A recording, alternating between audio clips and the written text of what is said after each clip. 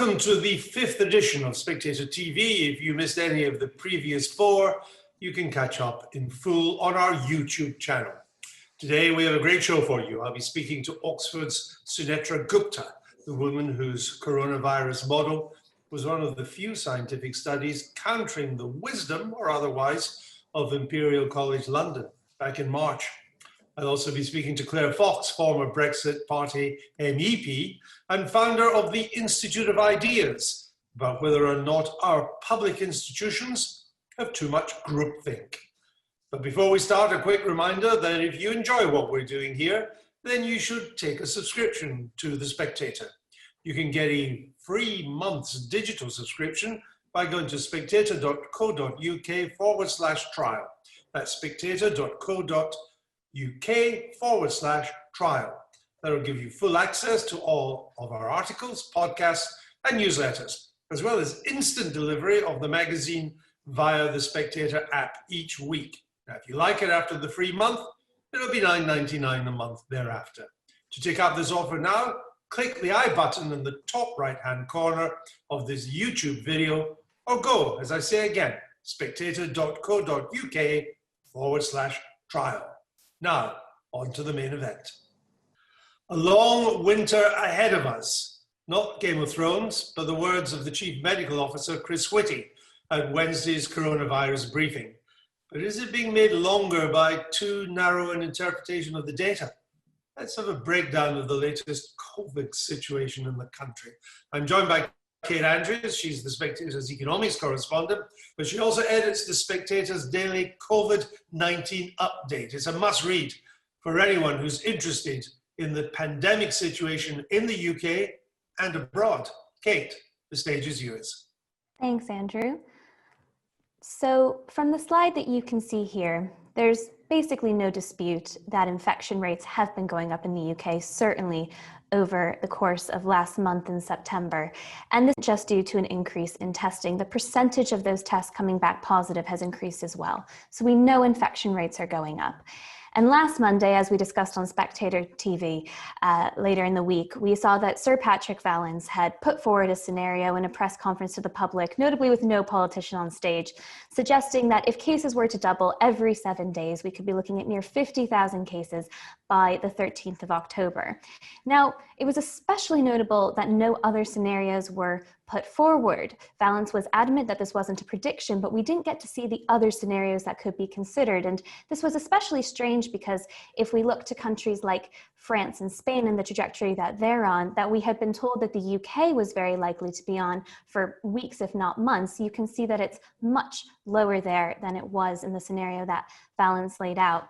Well, we've had 10 days now to see where the UK data is gone. And this is what's actually happened. Now, it's not to say that it's all good news. As you can note there, the UK might be slightly ahead of France in terms of its trajectory, but it is nowhere near the daily infection rates that Vallance laid out in his slide. Today, October 1st, we have 6,914 new cases. That's a fall of 194 cases from yesterday. Still, the Prime Minister brought in new restrictions last week. This included a curfew for hospitality, a 10 p.m. curfew on pubs, restaurants, and bars. He also very notably told office workers that if they could work from home, they should work from home. Now, I think it's important that we go back to when the first lockdown began. And back then, what the public decided to do was well ahead of where the government was on actually bringing in laws and restrictions and guidance. As you can see from this chart, for people dining out, going to restaurants, people flocked away from restaurants long before the government actually made that mandatory. So what's happened since Boris Johnson last week brought in this 10 p.m. curfew and tightened restrictions? As you can see here, Andrew, restrictions have not put people off going to restaurants. Yes, there has been a small dip, but it basically takes us back down to before the government's Eat Out to Help Out scheme. That big spike in August was when people were actually being subsidized to eat out. So now we're back to pre-Eat Out to Help Out levels, but people are still going out. They're still enjoying their lunches and dinners outside of their homes.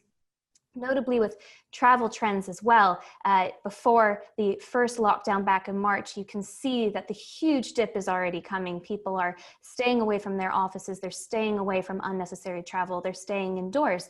Now you can see these mobility trends have completely reversed. And yes, again, a small dip since last week when the Prime Minister suggested that if you can work from home, you can. But this shows that people are still commuting, they're still going to the office, they're still going out. And of course, now employers are allowed to they have more control over whether or not their employees are coming in. So I'm sure the change in guidance from March to now has also made a difference.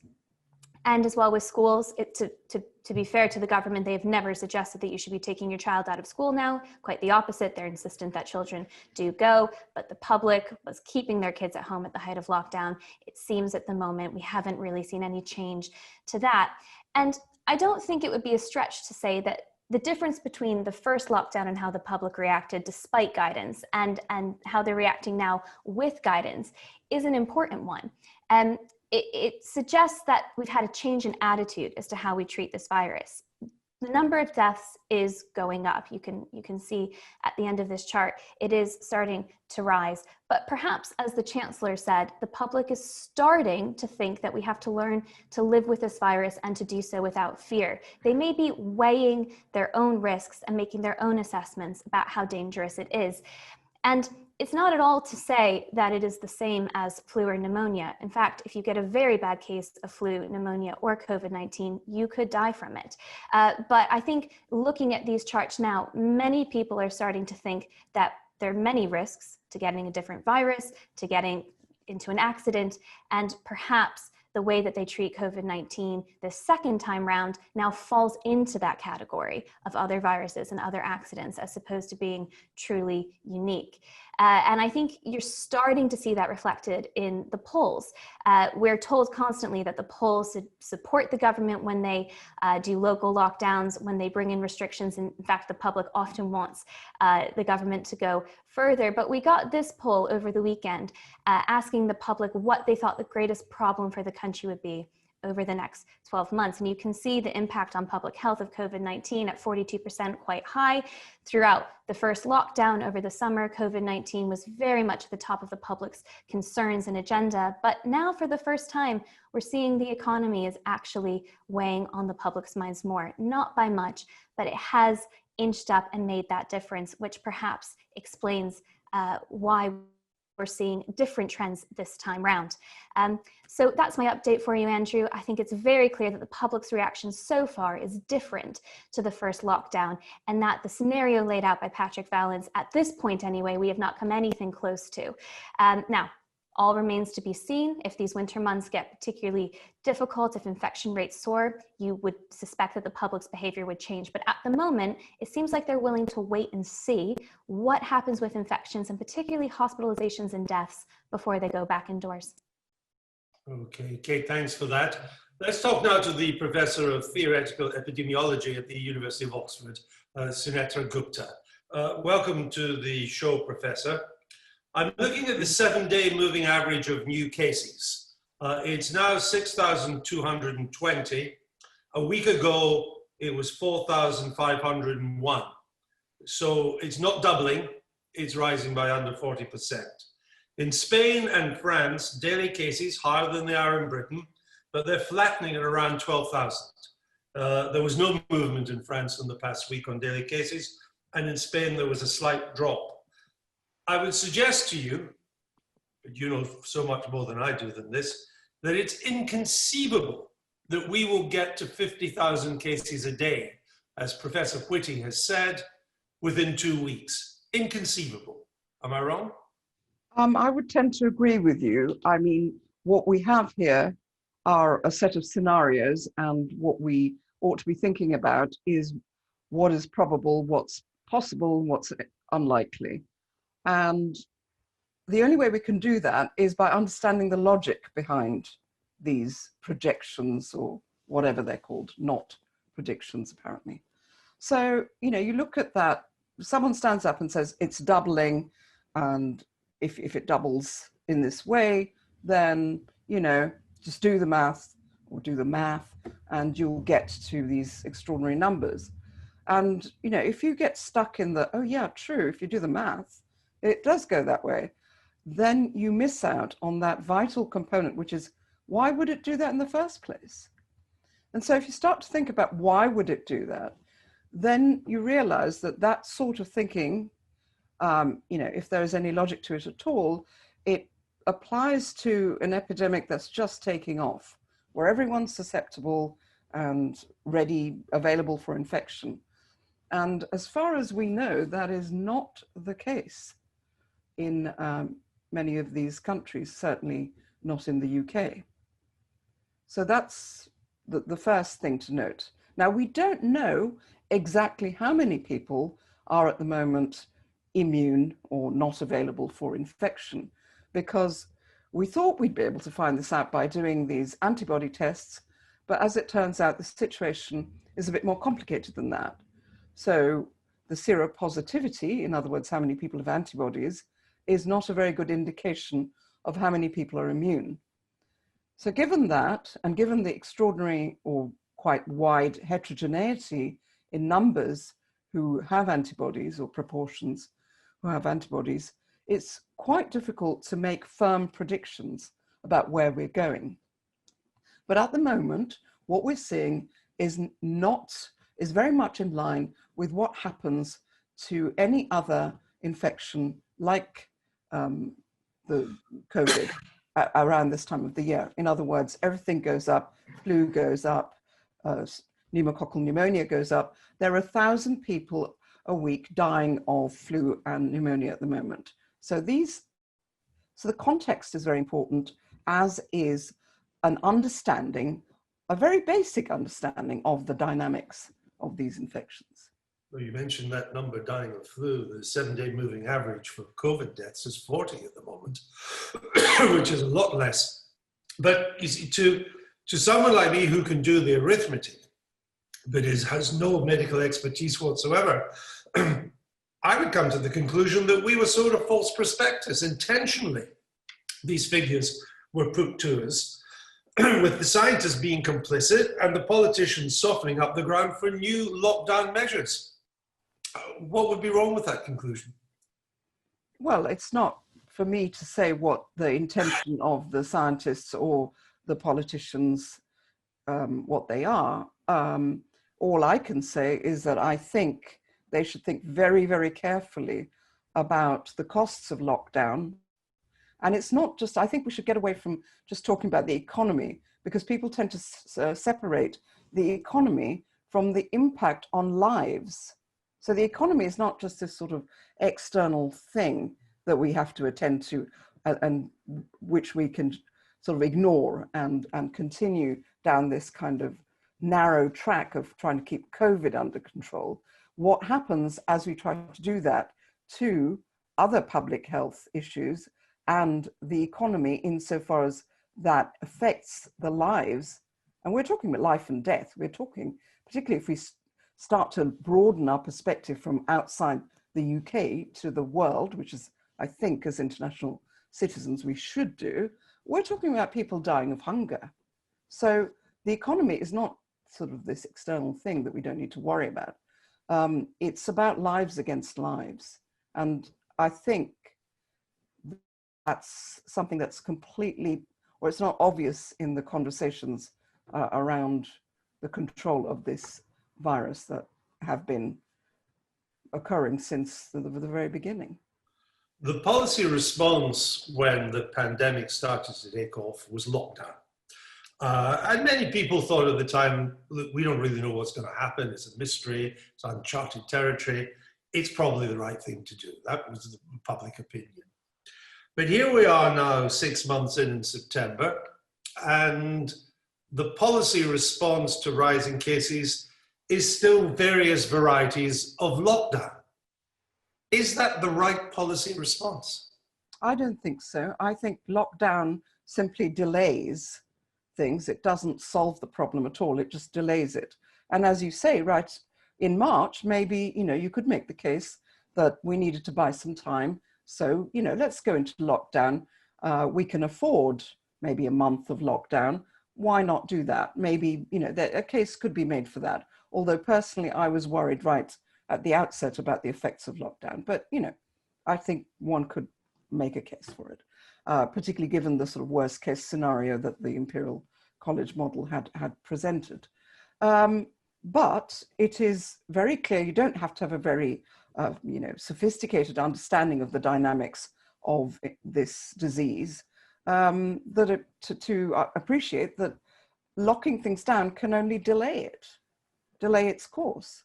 So, and if it were possible to do that without any other costs, then sure, carry on locking down. But it's patently obvious that you cannot do that, that there are profound costs, and these costs are just mounting. So, sorry, Professor. No, that's fine. Yeah. What did you make of Kate pointing that public opinion was perhaps moving in a direction that maybe we now need just to learn to live with this? Not that it means everything back to normal or anything like that, but that we've got to accept it's going to be around for some time. And rather than lockdowns or extreme measures, we should learn to live with it. Would that be a sensible response? I think that's a very sensible response, and that's what should have been made available as an option or as the most likely course. Again, right from the outset, because that is what was likely to happen with a virus of this ilk. So what's most likely to happen and desirable is that it settles down to what we call an endemic equilibrium, such as we enjoy with influenza, with pneumococcal, the bugs that cause pneumonia, and a variety of other pathogens. We live at an endemic equilibrium with them and live lives normally and accept the deaths that they cause, because, you know, that's what society is about. It's about optimizing on this really quite complex landscape of risks and weighing the costs and benefits to arrive at a solution that is the best thing for everybody. When you put these points to the Prime Minister, what did he say? Nothing. But then he has responded since then. No, clearly he didn't listen to you, did he? He has since then responded in terms that suggest he doesn't agree with what we propose as a strategy, which is that we allow the virus to reach that endemic equilibrium, but meanwhile protect those who are susceptible to death, and you know, try and hasten that moment where it becomes the same as flu, which may have already happened, we don't know, but to try and get there, the best thing to do is to allow it to circulate and protect the vulnerable people. And then once it reaches that endemic equilibrium, life can return to normal. It doesn't have to go to some new normal. We can go back to the old normal. Maybe we can learn a few things from the experiment, but... Fraser, is the Prime Minister being held hostage by his two senior scientific advisors? I don't think so. I actually think that when he had Professor Gupta in the weekend before last, and other people of her persuasion, he was trying at least to listen to other voices. Now, since then, sure, he hasn't said that he agrees with her or disagrees with the Swedish approach, but we haven't had too much in the way of restrictions.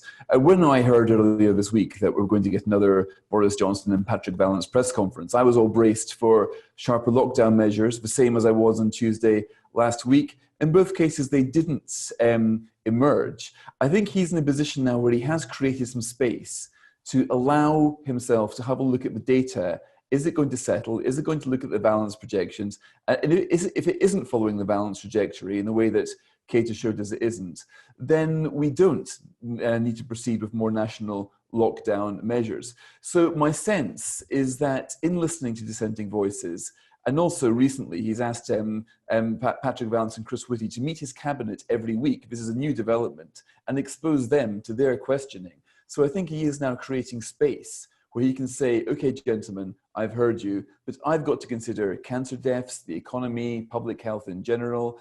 And I think on balance, I'm not going to implement lockdowns which you recommend. James, we know the Tory backbenchers have been unhappy. They got some concessions. The rebellion was kind of bought off. But I would suggest that when we get to the middle of October, and it's clear we are nowhere near 50,000 cases a day, that a lot of Tory MPs are going to be saying, what are we playing at? Why are we doing this? When will the government get a grip? And I think the other issue, Andrew, is the virus is becoming more regional. That's something that Patrick Vallance and Chris Whitty and Boris Johnson were all talking about at the press conference on Wednesday. And if you look at those figures that they published about hospital admissions, the infection rates in various parts of the country, you see that in the east of England, in the southwest and the southeast, the virus is, in the words of one minister, as flat as a pancake. It's not going up. Now, the northeast is bad. The northwest is also difficult and troublesome, largely because of the situation on Merseyside and in Liverpool in particular. But I think what we're going to see in the next few weeks is you're going to see MPs from those parts of the country saying, come on, we've got hardly any COVID here at all. We don't need these restrictions. They're killing local businesses. You need to ease things up. And I think this is one of the big battles that is to come. One of the more dovish cabinet ministers who wants more restrictions said to me, look, after the imperial numbers came out, look, the virus is not increasing as fast as I expected, but that's because we've changed the national attitude, by reminding people of the danger at places. Now, that's one view. The view of others in government is, look, we are following France and Spain, and French and Spanish experience suggests that the second spike is just not the same as the first spike.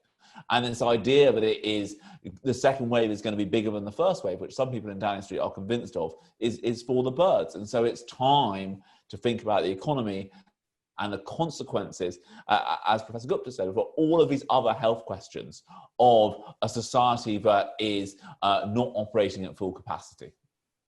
Okay, just to finish up on this, the professor made a wider point about the impact of the economy, and that isn't just an economic matter. It is social and health as well.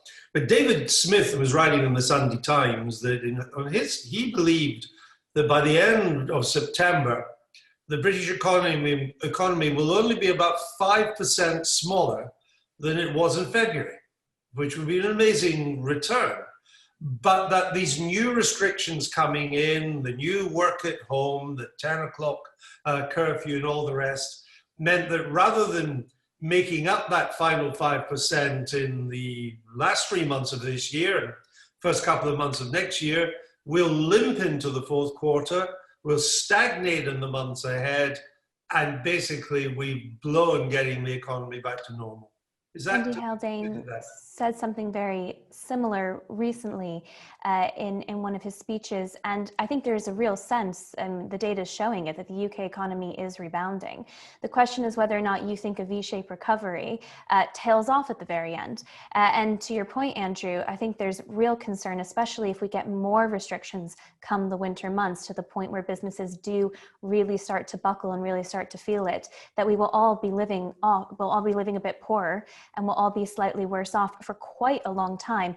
The scenarios from the big hitters have already changed to show that they think recovery is going to take longer than they originally thought. And that's because in these scenarios, they don't predict for new measures that could come in. And the fact that restrictions came in so quickly in early autumn suggests that it really could take some time to get back to pre-COVID growth levels.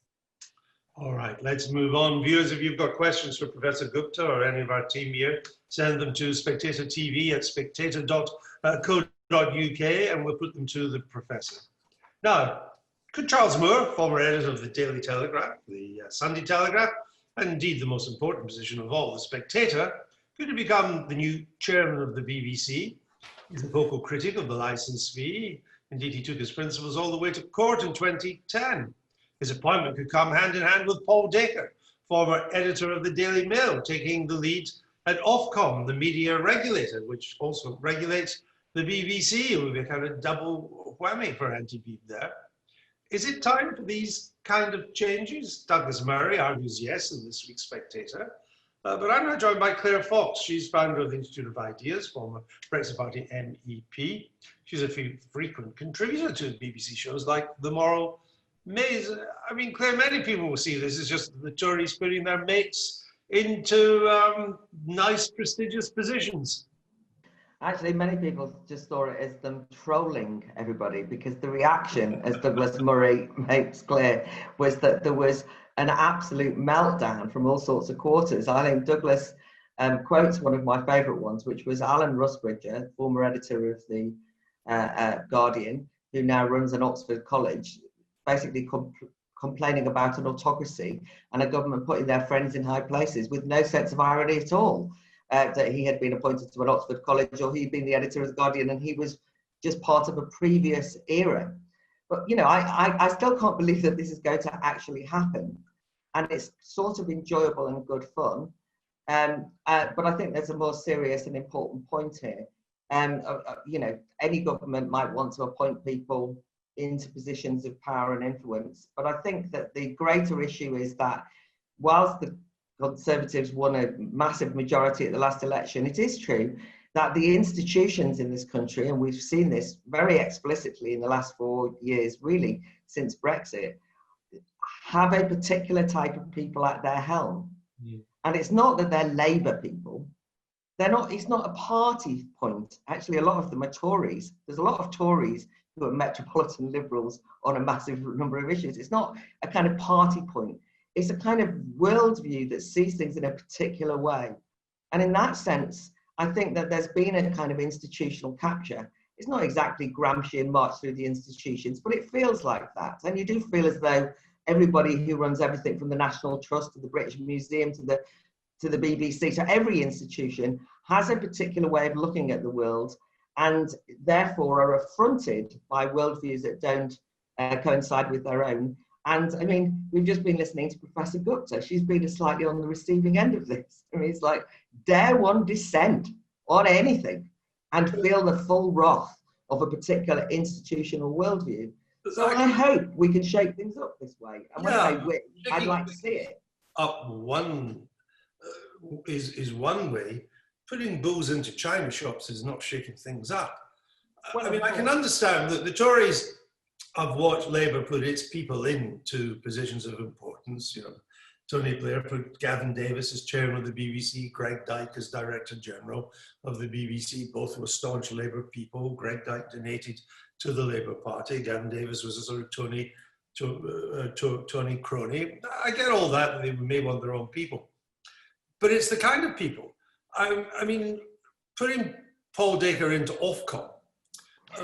This is the digital age. Ofcom's big job now is regulating digital communications.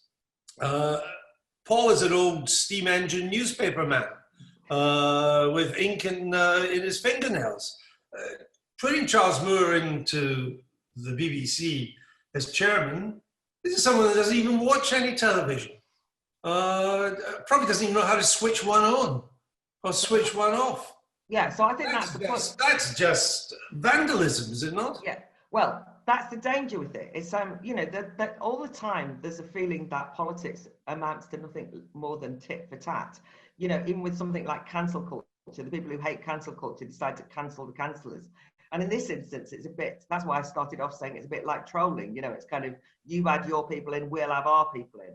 I was simply just trying to describe what the issue was, and I can understand the attempt to shake it up. But I agree with you that just putting place men or women in, you know, just shaking it up by having personnel that will annoy everyone isn't really the point. And I think that actually Douglas Murray makes this very clear, that there's more profound cultural questions here. On the one hand, it's interesting to see the Conservative government making an attempt at entering into this cultural arena, which I think is underestimated. I think that, you know, this arena of political capture in the cultural sense is something that everybody should be concerned about, because it has a profound impact on the kind of news we get, on the kind of media we have, and the kind of institutions we have. But I would actually say that what we need to do is not just put in different people, but actually have a big discussion about what the attitudes within those organisations are. I mean, and no disrespect to yourself, Andrew, but what's interesting is the impact that the announcement that you were about to be involved in another TV venture has also sent shockwaves through. And when I talk about shaking things up, that's what I mean. I mean, there is a complacency in these institutions that there's only one way to view the world.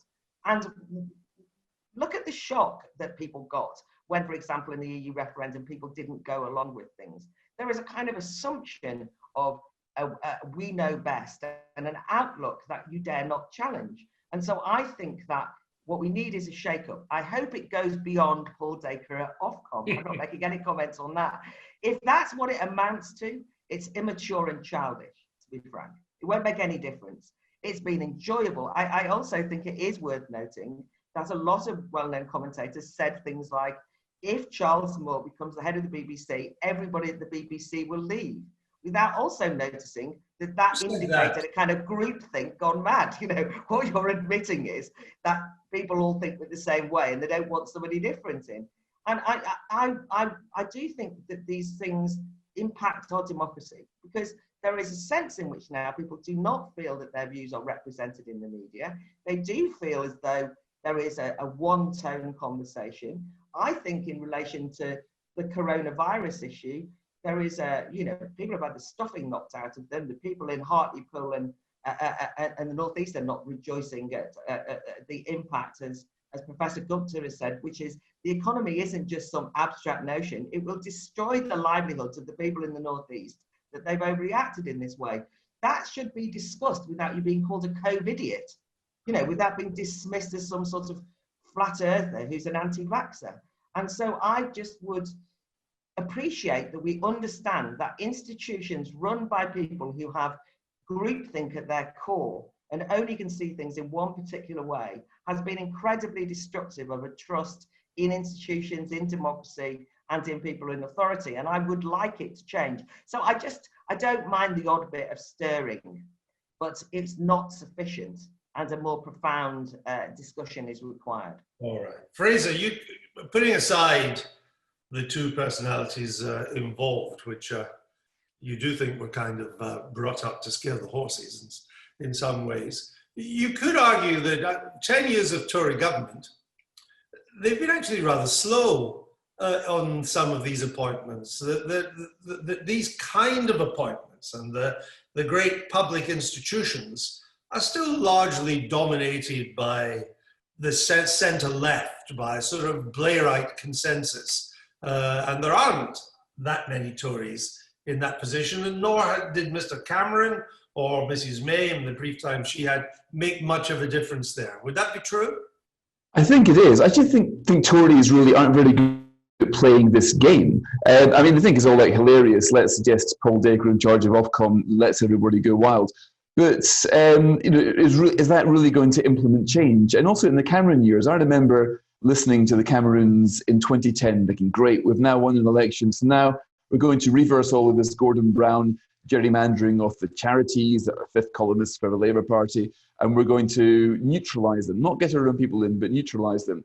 And none of that really happened. They got very excited when I think they got the historian Andrew Roberts onto the board of the National Portrait Gallery.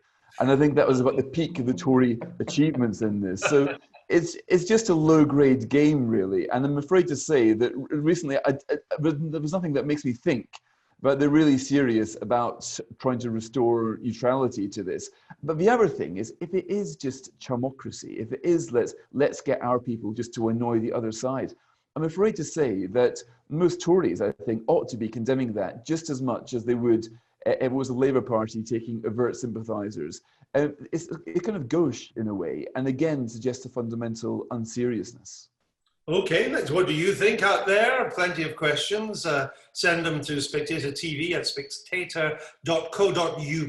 You're watching The Week in 60 Minutes, coming to you from Spectator TV. Thanks again to our sponsor, the NatWest Group, for supporting this broadcast. Now, the US election.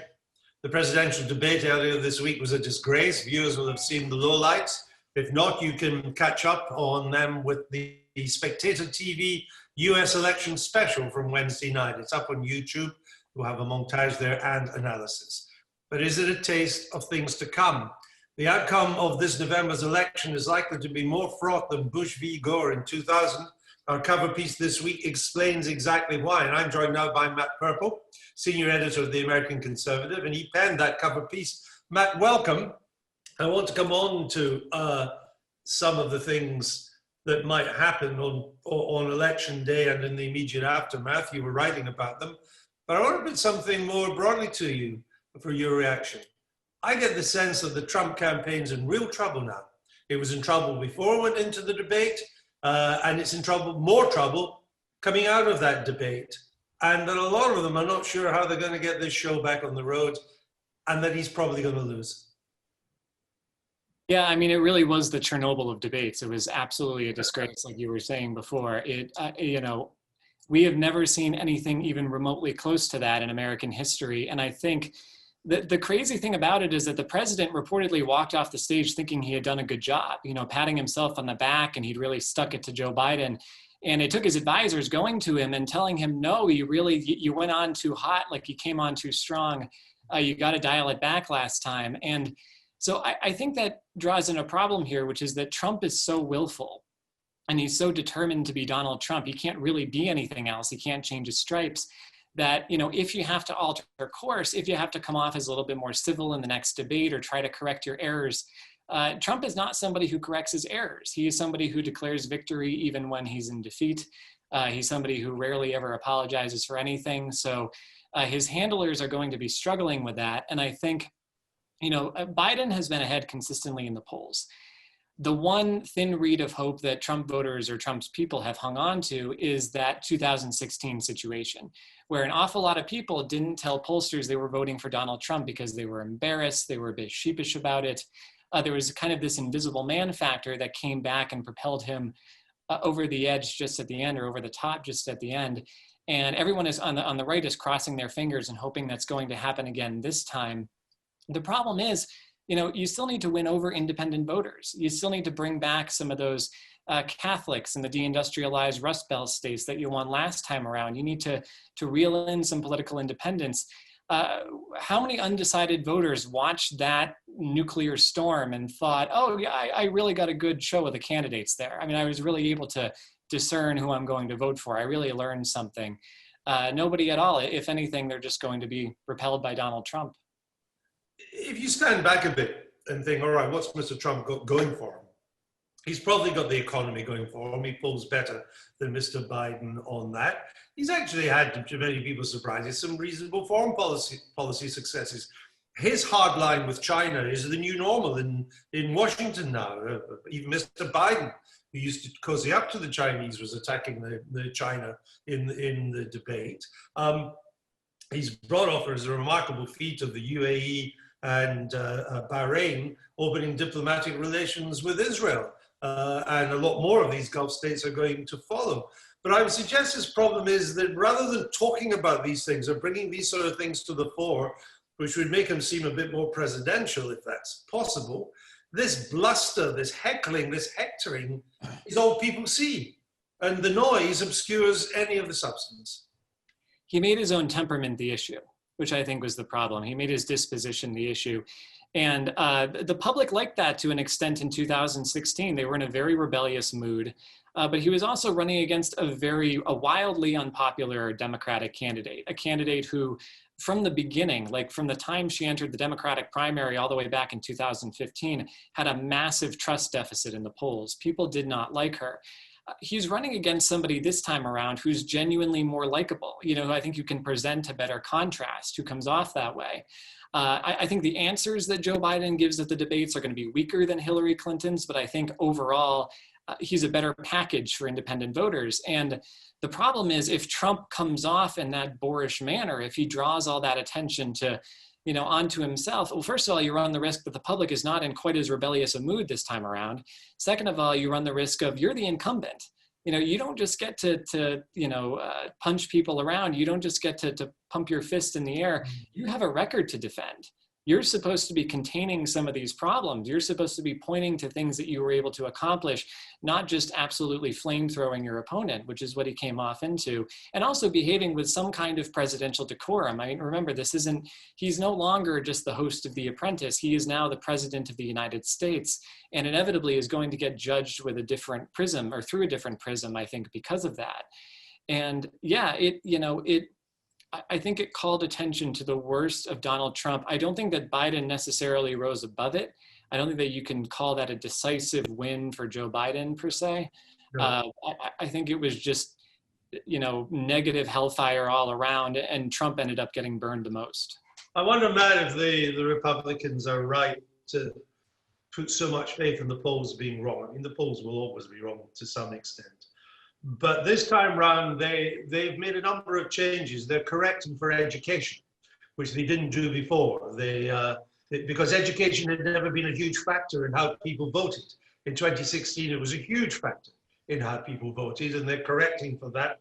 They've brought in the more non-college educated, those who have left high school or even didn't leave high school with a diploma. There are fewer undecideds now, many fewer than there were last time. Mr. Biden has twice the lead among women that Hillary Clinton had. In Pennsylvania, which Mr. Trump has to win, Mr. Biden's rocking it in Philadelphia. He's sweeping the suburbs as well, particularly with the soccer moms and so on. But he's holding up in the western counties as well, which is what got Mr. Trump the victory last time round.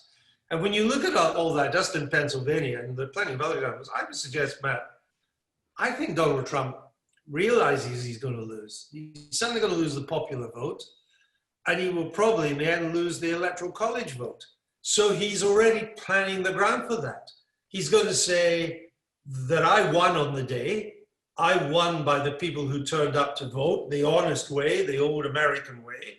All these votes that have since come in the following week are fraudulent. They're fixed. You can't count on them. I still won. That will be a constitutional crisis, will it not? It could be, yeah. If Biden doesn't win in an absolute crushing landslide, or we should say Trump doesn't win in an absolute crushing landslide, it could be. And, this gets back to what I said in my piece, which is that, we Americans like to file lawsuits. Well, we've been filing them over this election already. There are more than 300 lawsuits that have already been filed, even before voting starts. Most of them by Republicans, most of them worried about the mail-in balloting. They do have some reason to be concerned. During New York's primary elections, for example, back in June, there was a lot of mail-in ballots. We have more mail-in ballots than usual right now because of the coronavirus, so they're encouraging people to mail their ballots in rather than going to polling places. And in New York's primary, there ended up being real chaos afterwards. It took them weeks to determine the winner. They ended up accidentally throwing out a bunch of ballots, a number of ballots that they shouldn't have, that they then had to reel back in. It did not give confidence in our electoral system. And there are partisans on both sides who are lawyering up, who are extremely polarized to an almost existential degree, who think that if the Republicans or Democrats get elected this time around, it's not just going to be bad, it's going to mean the end of them. That really is the heated political climate in the United States we're dealing with, and who think, okay, we're going to fight this as far as we possibly can. We're going to take it as far as we can. And then into all of this comes the death of a Supreme Court Justice, Ruth Bader Ginsburg, taking the Supreme Court down to an even 8 justices. So the high court could split evenly if it comes all the way up to that. In that case, it wouldn't be like in the year 2000 when the Supreme Court determined by a 5-4 vote the winner of that election, gave it to George W. Bush. And you could end up with a situation where you have to go back to the lower courts, but there's multiple lawsuits, multiple lower courts, different standards are applied in different states. That creates confusion. It allows both sides to declare victory, and suddenly we are in the likes of a constitutional crisis that we have never seen before. Well, in the year 2000, there was only Florida really in contention. In 1876, there were 4 states in contention, naturally including Florida. It always seems to be there. And it took them 3 months to resolve. These 4 states sent different delegates of electors, one for Tilden, the Democrat, one for Rutherford Hayes, the Republican. And they sent teams of both to support them. And it was only resolved with 56 hours to go. And in these days, the inauguration wasn't until March. It's now in the Constitution that it's on January the 20th. It could be a very, given, Matt, final question to you on this. Given the febrile mood in so many American cities at the moment, all these people walking around with automatic rifles and so, I mean, only in America could you see that. It seems to me it's a dangerous time for the United States. And what happens if in that 11-week period, President Xi decides it's time to make a move in Taiwan? Or President Putin decides, let's put the screws on Latvia? Who's going to be running the country? Yeah. Well, semi-automatic rifles, Andrew. Let's not go too crazy here, but it's... We don't know anything about guns. They're walking around with really big guns. Yeah, it's bigger than the pop gun I had when I was a kid. Right. It's a very fraught, potentially violent situation. And I actually said 1888 election on the podcast this morning. So you're right, it was 1876. And the subtext of that is that Samuel Tilden, the candidate who ultimately lost, Rutherford B. Hayes was in the White House. His supporters never let them forget it. They always claimed that he was robbed. They never let go of it. And so you had this situation over the next 4 years where there was legitimate tension, you know, where there was an illegitimate president in the minds of a lot of people. And Trump is already illegitimate in the minds of a lot of people on the left. They don't think that he won fair and square. He snuck in with a minority of the popular vote, snuck by in the Electoral College. And so you're dealing suddenly with this question of presidential legitimacy, of what happens if, even if you do manage to get a winner in there, even if you do manage to have somebody declared, what if half the country doesn't accept it? What if they do turn to violence in the streets? What if, that is the match that lights up the powder keg? And I really don't know. I grew up in a time in America, the 1990s, when we seemed to be totally stable. The Soviet Union had fallen. We were king of the hill. People were talking about a unipolar world, and the United States could do whatever we wanted, and everybody was looking up to us. And now suddenly we're that problem nation. We're that nation over a barrel. And I think we can get out of it. There's no reason to think that we can't. Our history has been much more fraught and violent than a lot of people sometimes think. We've kind of been here before, but certainly enormous challenges and dark times in America potentially going forward. That election of 1876 resulted in the Compromise of 1877, which gave Rutherford Hayes the White House, but it gave the racists and the segregationists the South. And after that Compromise of 1877, there was not a fair election for blacks in the South until 1968. There was a big price to pay. I just wonder what it will be this time. Let's move on to your questions. We got one from John Prescott. I'm not sure it's the John Prescott, but it's John Prescott. It's to Professor Gupta. Yeah, interesting question. Which key metric should we be using to see how bad the COVID situation is? Well, certainly we shouldn't be looking at cases. There are all sorts of problems associated with testing positive, what that actually means. Does it mean a person is infected, infectious, or simply has some residual bits of virus in their throat or nasopharynx or up their nose, wherever they take it from? Deaths is always good. You can't argue with deaths. But the other, so I think we should be looking at deaths. But the other important point here is that we should be looking at deaths and even cases. Should we be able to measure them correctly and contextualize them against the amount of testing that's being done? All of these should be placed, benchmarked against what is happening with other infections, other respiratory infections in particular. What's happening with flu? What's happening with pneumococcal pneumonia? Until we place it in the context of these other infections, we tend to get this sort of blinkered, our viewpoint is very restricted. James, here's one for you from Roger Murphy. Is there much sign that the government will be prepared to reverse some of the recent lockdown measures if the rate of rise of cases doesn't meet the projection? What do you think, Jay? I get the impression from your article in this week's Spectator that Mr. Johnson is now kind of thinking this is the way it's going to be through to March. Yeah, I think that he has got to a place where he thinks this is the way it's going to be until the end of the winter, until spring begins on March the 23rd. I think the hope of those in government who would like to see the restrictions eased up is in 10 to 14 days, is it going to be clear that we are nowhere near the balance scenario, that we're in a completely different world, and therefore you can ease up? I think the part of the problem at the moment, though, is that inside government, there is no falsifiable situation. So, e.g., if we don't see the balance scenario coming true, those people who advocate for restrictions will say, it was the restrictions that did it. It was, tightening things up with the rule of 6. It was shutting hospitality an hour earlier. It's these local lockdown measures. And I think that is the slight problem at the moment. I think the thing I would say is the development today with the Mayor of Middlesbrough rejecting the government and being followed by the Mayor of Hartlepool is significant, because this is the first time we've had real local pushback to these local lockdowns. Previously, you've had, as you have in Liverpool today, you've had local authorities asking the government to go further.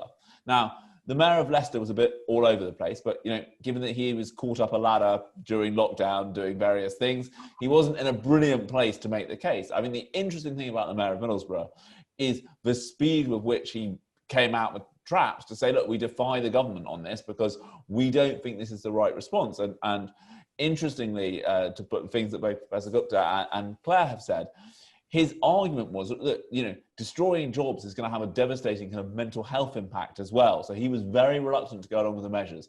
And I think it's an interesting question as to whether you're going to see, up to now, the government has been holding back, like Sadiq Khan in London, mayors who want more restrictions. If we end up getting pushback, then that will change the political calculation, I think. Here's a question for you, Fraser. Wendy Connor says, I live in the Northwest and have been in lockdown for over 2 months. Can Boris really risk creating a long-term North-South divide over COVID, given how he won the election? And by that she means, of course, he won because Labour's red wall in the North crumbled. It's a very interesting question. I mean, Boris Johnson will tell you still that levelling up is his main agenda. He wants to get, but he doesn't really acknowledge that the lockdown will have vastly deepened the inequalities, not just between North and South, but between rich and poor.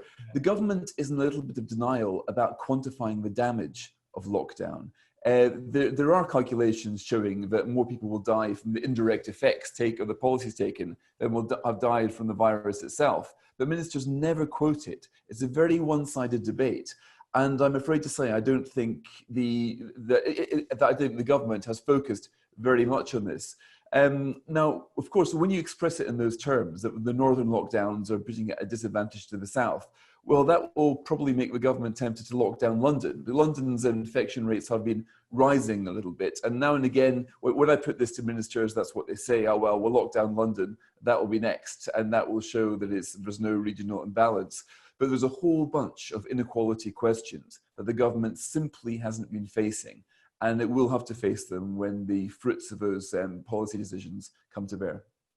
Claire, here's one for you on the BBC. The government, this is from Brian Stanley, the government didn't back up Roger Scruton or Toby Young. I think some of our viewers will know about that case because they both were figures associated with the Spectator. And Brian Stanley is right. The government actually fired Roger Scruton from his position.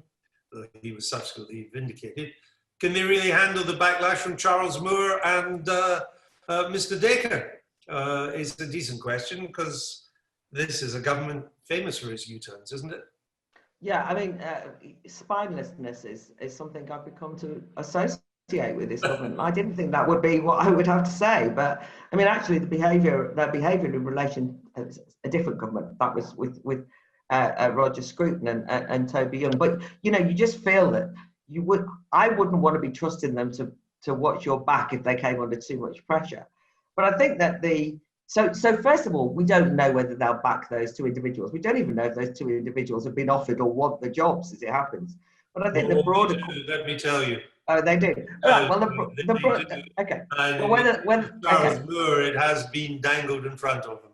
Okay, right, good. Well, interesting. But what I think that the question has to be, though, whether they will back them up in a deeper sense, which is to open up a different kind of conversation. I mean, the point that Fraser's just made about they're in denial about what the kind of North-South divide is, I think they're in denial about how important this issue of how we think about the UK, British institutions, the fury with which a lot of people have felt about the National Trust. You know, these things are not just glib right-wing tropes, as some people try and describe them, because it goes much deeper than that. The people feel as though there are two countries, that there's a country that's obsessed with identity politics, that obsesses over these, what kind of language you use, whether you're going to be accused of being transphobic on the one hand, or whether you know, the whole statues question. It's not just a superficial, silly thing, this. It's feeling that the institutions of the country no longer believe to the people who live in the country, and they do want to feel as though they have some stake in this. And I think that we have not seen a very good show from a huge majority of a Conservative government who haven't. I mean, do you think the one thing that they do is, never mind putting people in positions like this, I mean, the Prime Minister, Boris Johnson, could have given a lecture on the importance of this in the height of some of the frenzy around the kind of reaction to the terrible, brutal killing of George Floyd. But then when the whole Black Lives Matter thing happens, the unconscious bias situation becoming mandated in many workplaces, why doesn't he just do a speech, a proper thing where he actually addresses the nation instead of making some glib comment about the last night of the proms?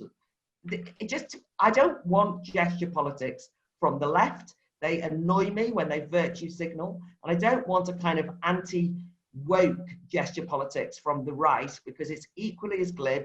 It makes a mockery of the institutions they're supposed to be saving. All right. Question from Colin Sarr. Matt, for you. Trump lost all 3 debates last time, but he still won. So debates matter. I'm not sure, though, Matt, that he did lose all 3 last time. And he certainly had huge novelty value, which appealed to the disillusioned. Yes, I'm not sure he lost all 3 debates. Certainly he didn't lose them, or at least come off the way that he did in this last one. I'm not even going to say that he lost it necessarily. I think the way that he presented himself right from the start was just so apocalyptically bad. And, you know, people knew they were seeing something different in 2016, but you'll recall when he debated Hillary Clinton, there were some odd, bizarre moments, but it wasn't anything like this. This was just untrammeled Trump. You know, this was Trump right out of the bag. But nonetheless, so I think that is going to turn off people. You know, I've never heard voters as shocked as they were after hearing that. I've never heard him drawing the kind of condemnation from Republicans that he has from his own people after that debate. But nonetheless, I'm going to leave that door open just a little bit, because I take the point, and that is that after the unsureties of 2016, after the polls were wrong, and given how utterly unconventional this president is, I'm not willing to write him off, and I still feel a bit of an element of mystery here. I think that anything could still happen. No, it could indeed. Commentators like you and me have called so many things wrong in recent years. We should be quite humble about this upcoming election. Though my sense is that it is not looking good for Mr. Trump now, and he's going to have a hell of a job to try and turn this around. But look, there are 2 more debates, including the vice president debate. Not that that will move the dial, but 2 more presidential debates, and we shall see. Kate, you, I think you've been a registered Republican, but I'm told that you might be thinking of voting for Mr. Biden this time round. Is that right? That is right, Andrew. And I don't feel good about it until I remember what the other option is. Ronald Reagan redefined the Conservative Party, the Republican Party, I should say, to be much more free market. But at the heart of that, there was a real belief in individualism, that to be American was a point of principle, it was a set of ethics, it was the love of your country, but it didn't matter where you came from or what body you were born into to have that. And I fear that under Donald Trump, the Republican Party has moved to a very anti-immigrant mindset that it didn't have under Reagan or Mr. Reagan loved immigrants. Mr. Reagan regarded famously the fact that the world wanted to come to America because it was the city on the hill. It was the place deeply proud of it. That made him proud to be American. I remember once he told me, I said to him, "You don't get many Hispanic votes," and he said, "The Hispanics are conservatives; they just don't realize it yet." Well, he valued migration so much. He valued the love that immigrants had for their newly adopted country. And under President Trump, I mean, what minority group hasn't he attacked? Migrants, women, Mexicans in particular at the very start of the race in 2016. And at that point, I knew it was going to be a different Republican Party. But I have to echo Matt. I think that the shy Trump vote has only grown. Not to say that the pollsters are getting it completely wrong, but I would not write him off for what could happen in about 5 weeks' time. But this is the real question.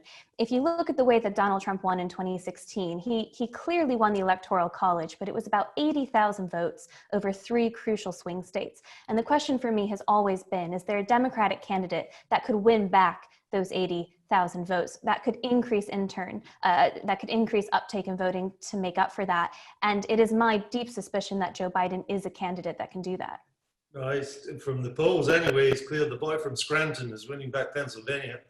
Mr. Trump's going to have real trouble trying to hold on to that, but we shall see. Only 5 weeks to go. James, a final thought. You follow America very closely. Just a quick final thought from you. So I think from the British perspective here, I mean, there is an intriguing element about who Downing Street would prefer to win. I think over the summer, Downing Street began to adjust itself to the possibility of a Biden presidency. They looked forward to the UN Climate Change Summit, and they could see how Biden made a triumph there more likely.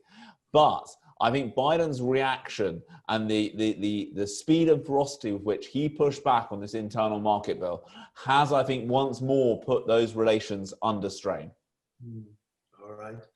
If anybody from Downing Street is watching, my strong advice is do not get involved. It will end in tears. Just be an observer. Thanks for joining the Week in 60 Minutes. We'd love to find out what you thought, how we could improve it. There is always room for improvement. Send any thoughts to SpectatorTV at spectator.co.uk. Thanks to all of our guests. Great team. Great to have you tonight. And also thanks to our supportive sponsor, the NatWest Group. And here's a special offer for our Spectator TV audience. For a limited time, you can get a monthly digital subscription to The Spectator for free. Yes, I'm giving it away. If you subscribe at spectator.co.uk/trial. That'll give you access to all of our articles, even the magazine ones, our newsletters, the podcasts, everything in between. And if you like it, you can renew for just $9.99 a month. It's a steal, a bargain.